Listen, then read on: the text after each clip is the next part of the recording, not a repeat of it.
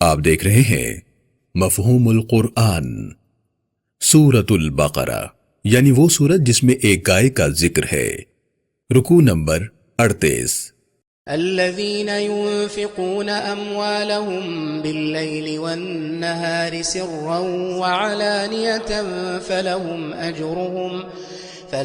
أجرهم عند ربهم ولا خوف عليهم ولا هم يحزنون۔ جو لوگ دن رات علانیہ اور چھپا کر لوگوں کی مدد کرتے ہیں، ان پر اپنا مال مجھے راضی کرنے کے لیے خرچ کرتے ہیں، میرے ہاں ان کے لیے بہترین بدلہ ہے۔ حساب کتاب کے دن سب کے اعمال پیش کیے جائیں گے، انسان کے اچھے اور برے اعمال اس کے سامنے ہوں گے۔ یہ ایسا سخت اور مشکل دن ہوگا کہ بچے بوڑھے ہو جائیں گے۔ میری راہ میں خرچ کرنے والوں کو اس دن خوف ہوگا نہ ڈر۔ وضاحت: آیت نمبر 261 سے شروع ہونے والا مضمون یہاں مکمل ہو گیا ہے۔ اس مضمون کی ابتدا میں اللہ تعالیٰ نے اپنی راہ میں خرچ کرنے والوں کو گندم کے ایک دانے سے 700 دانوں کی مثال سے بیان کیا ہے، یعنی بہت زیادہ اجر اور انعام دینے کا وعدہ۔ مفاد عامہ میں کیا جانے والا کام علانیہ کرنا چاہیے، جبکہ انفرادی مدد چھپا کر۔ اب اس مضمون کے آخر میں اللہ تعالیٰ نے اپنی راہ میں خرچ کرنے والوں کو حساب کتاب کے دن ہر قسم کے خوف اور ڈر سے آزاد ہونے کی خوشخبری سنائی ہے۔ یہ اللہ کا احسان ہے کہ زندگی گزارنے کے بعد کمزوروں اور ضرورت مندوں کی مدد کرنے والوں کو حساب کتاب کے دن اپنی رحمتوں میں ہونے کی خوشخبری سنا رہا ہے۔ شان نزول: یہ آیت مبارکہ حضرت علی بن ابی طالب رضی اللہ تعالیٰ عنہ کے بارے میں نازل ہوئی۔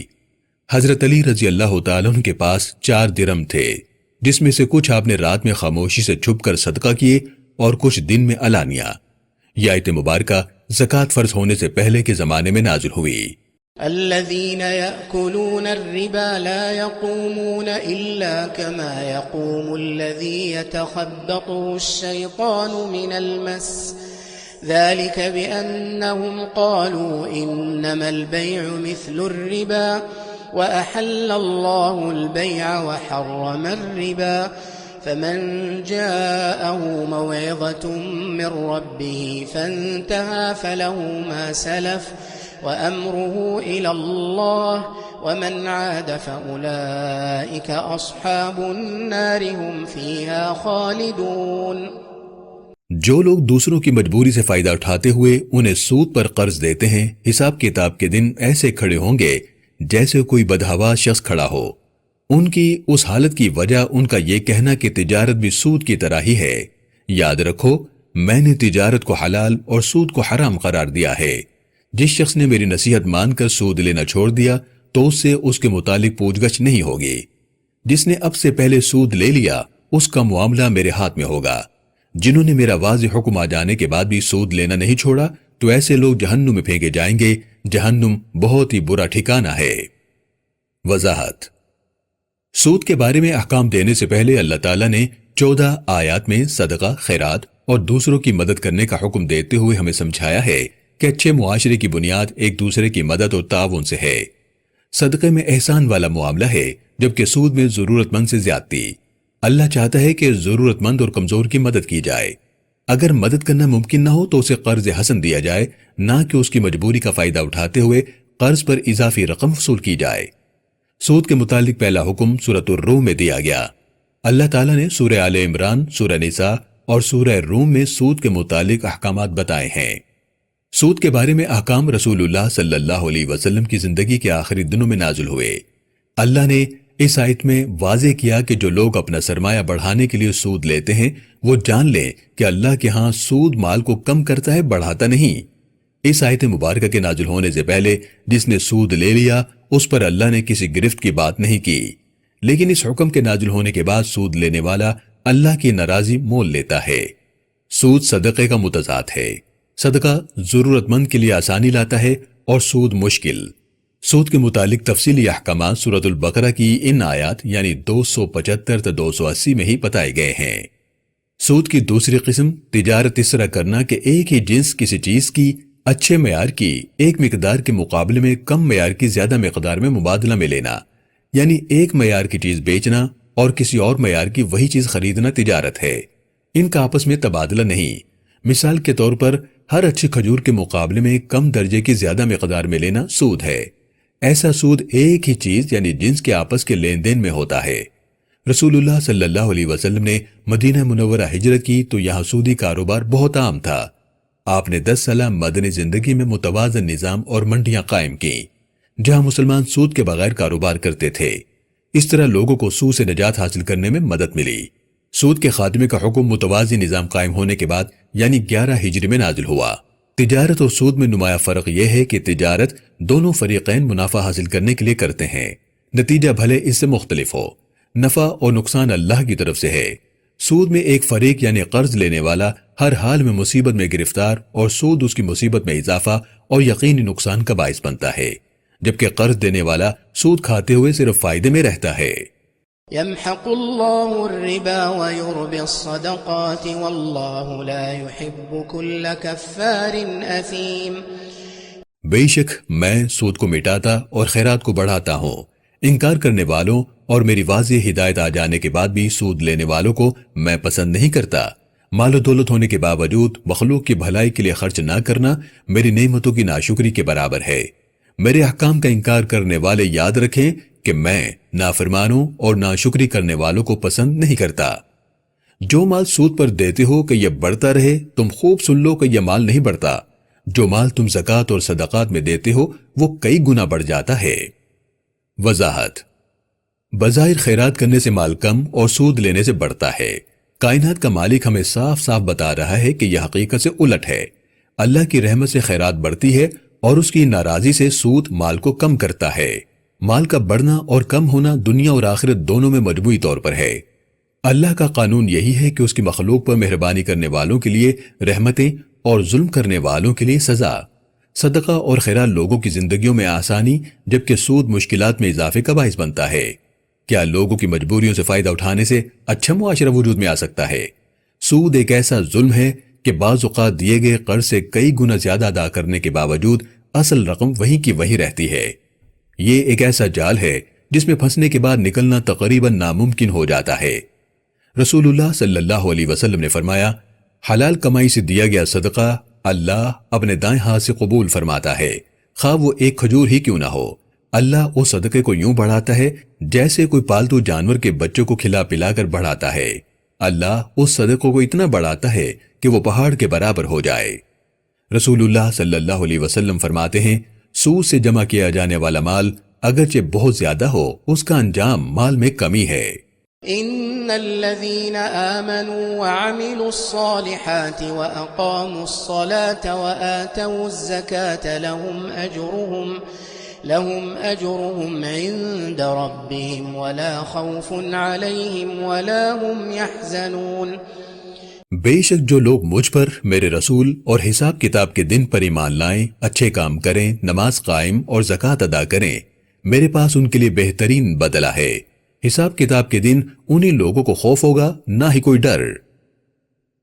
وضاحت: اس رکوع میں اللہ رب العالمین بار بار دو قسم کے لوگوں کا ذکر کرتا ہے۔ نمبر 1، وہ جو خود غرض ہیں، انہیں اپنی ذات اور دولت کی فکر رہتی ہے، معاشرے کے کمزور اور غریب لوگوں سے ان کا کوئی تعلق نہیں۔ ایسے لوگ اگر خیرات کریں تو وہ بھی دکھاوا کرنے کے لیے۔ نمبر 2، وہ لوگ جو اللہ کی راہ میں خرچ کرتے ہیں، انہیں غریب اور کمزور لوگوں کی فکر رہتی ہے۔ اللہ خود غرض لوگوں کو ناپسند کرتا ہے، جبکہ خلق خدا کی خدمت کرنے والے اللہ کی رحمتوں میں رہتے ہیں۔ اللہ کا فرمان ہے، میرے رسول آپ کہہ دیجئے، پاک اور ناپاک چیزیں برابر نہیں ہو سکتی، بھلے تمہیں ناپاک چیزیں اچھی لگتی ہوں۔ عقل اور دانش رکھنے والوں، مجھے اپنا رب مان کر، اپنی شہرت سے قریب جان کر، میرے حکم پر عمل کرتے ہوئے ناپاک چیزوں سے بچ جاؤ تو کامیابی یقینی ہے۔ يا أيها الذين آمنوا اتقوا الله وذروا ما بقي من الربا إن كنتم مؤمنين۔ میرے رسول پر ایمان لانے والو، میں نے سود کو حرام قرار دے دیا ہے۔ جو سود لینا باقی رہ گیا ہے، میری محبت میں میری ناراضی سے ڈرتے ہوئے اسے چھوڑ دو۔ ایسا کرنا تمہارے مومن ہونے کی دلیل ہے۔ وضاحت: اس سے پہلے سود کے متعلق نازل ہونے والے احکام واعظ و نصیحت کے لیے تھے۔ ان میں سود کی وجہ سے معاشرتی خرابیوں اور لوگوں کی پریشانیوں کا ذکر کیا گیا تھا۔ اس آیت مبارکہ میں اللہ رب العالمین نے سود لینے کو حرام قرار دے کر اس سے بچنے کا حکم دے دیا ہے۔ شان نزول۔ یہ آیت مبارکہ رسول اللہ صلی اللہ علیہ وسلم کے چچا حضرت عباس بن عبد المطلب رضی اللہ تعالیٰ عنہ کے بارے میں نازل ہوئی۔ ایمان لانے سے پہلے حضرت عباس رضی اللہ تعالیٰ عنہ لوگوں کو سود پر قرض دیا کرتے تھے۔ رسول اکرم صلی اللہ علیہ وسلم نے فرمایا، زمانہ قبل الاسلام کا سود ختم کر دیا گیا ہے۔ سب سے پہلے میں اپنے چچا عباس بن عبد المطلب کی طرف سے سارے کا سارا سود معاف کرنے کا اعلان کرتا ہوں۔ یہ آیت مبارکہ حجۃ الوداع یعنی رسول اللہ صلی اللہ علیہ وسلم کی زندگی کا آخری حج کے موقع پر نازل ہوئی۔ یہی موقع ہے کہ اللہ نے اپنے دین کے مکمل ہونے کا اعلان فرمایا۔ فَإِن لَّمْ تَفْعَلُوا فَأْذَنُوا بِحَرْبٍ مِّنَ اللَّهِ وَرَسُولِهِ وَإِن تُبْتُمْ فَلَكُمْ رُءُوسُ أَمْوَالِكُمْ لَا تَظْلِمُونَ وَلَا تُظْلَمُونَ۔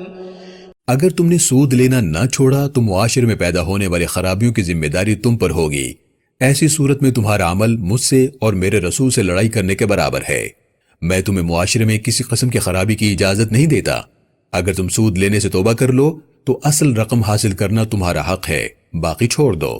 معاشرہ اسی صورت میں امن اور سکون میں رہ سکتا ہے اگر تم کسی پر ظلم کرو نہ تم پر کوئی ظلم کیا جائے۔ وضاحت۔ ابتدائی طور پر اللہ تعالیٰ نے سود کو ناپسندیدہ قرار دیا، اس کے بعد سود کو حرام قرار دے کر مکمل طور پر منع فرما دیا۔ اس آیت مبارکہ میں اللہ تعالیٰ نے وہ سود جو ابھی وصول کرنا باقی ہے چھوڑ دینے کا حکم دیا ہے۔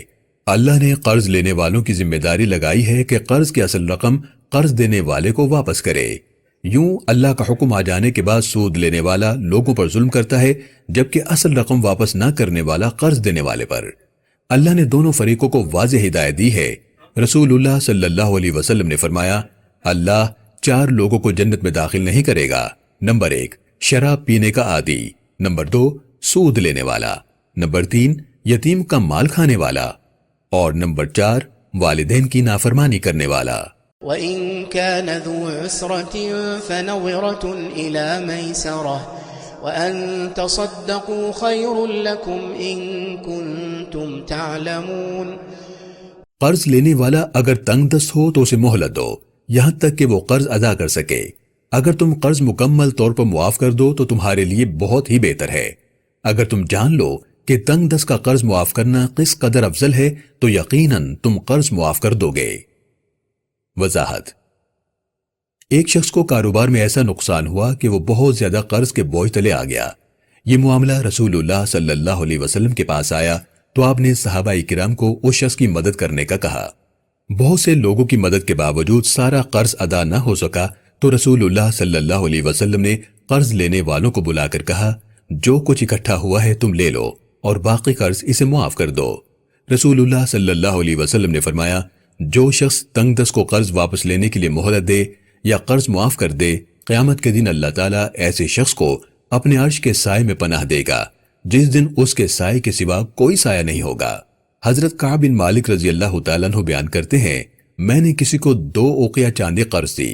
میں اسے واپسی کا مطالبہ کر رہا تھا کہ رسول اللہ صلی اللہ علیہ وسلم کا وہاں سے گزر ہوا۔ آپ صلی اللہ علیہ وسلم نے ہاتھ کے اشارے سے مجھے کہا، اسے آدھا معاف کر دو۔ کعب نے کہا، جی بہتر۔ رسول اللہ صلی اللہ علیہ وسلم نے قرض لینے والے سے فرمایا، اب جو باقی بچا ہے اسے ادا کرو۔ شان نزول۔ یہ آیت مبارکہ 2 عرب قبیلوں کے لین دین کے بارے میں نازل ہوئی۔ بنی مغیرہ نے بنی عامر بن عمیر سے قرض لیا۔ بنی عامر نے بنی مغیرہ سے کہا، قرض پر نفع تمہارے لیے ہے لیکن اصل سرمایہ ہمیں واپس کرو۔ بنی عامر نے کہا، ہم اس وقت تنگی میں ہیں، ہمارے باغوں کے پھل پکنے تک ہمیں مہلت دے دو۔ بنی عامر نے بنی مغیرہ کو قرض کی واپسی کے لیے مہلت دینے سے انکار کر دیا تو اللہ تعالیٰ نے یہ حکم نازل فرمایا، وَاتَّقُوا يَوْمًا تُرْجَعُونَ فِيهِ إِلَى اللَّهِ ثُمَّ تُوَفَّى كُلُّ نَفْسٍ مَا كَسَبَتْ وَهُمْ لَا يُظْلَمُونَ۔ مجھے اپنا مالک مان کر، مجھے اپنی شہرت سے قریب جان کر میرے حکم پر عمل کرتے ہوئے یاد رکھو، تمہیں ایک دن میری طرف لوٹنا ہے، پھر تمہارے اعمال کا حساب کتاب ہوگا۔ ہر شخص دنیا میں کیے ہوئے اعمال کا بدلہ حاصل کر لے گا۔ اس دن کسی کے ساتھ زیادتی کی جائے گی نہ ظلم۔ آگہی۔ یہاں سورۃ البقرہ کا 38واں رکوع مکمل ہو گیا ہے۔ اس رکوع میں 8 آیات بینات ہیں۔ اب ہم اس رکوع میں آنے والے نئے الفاظ اور اصطلاحات کو سمجھنے کی کوشش کرتے ہیں۔ سود۔ عربی زبان میں لفظ ربا کا معنی ہے اضافہ یا زیادہ۔ اردو زبان میں ربا کو سود کہا جاتا ہے۔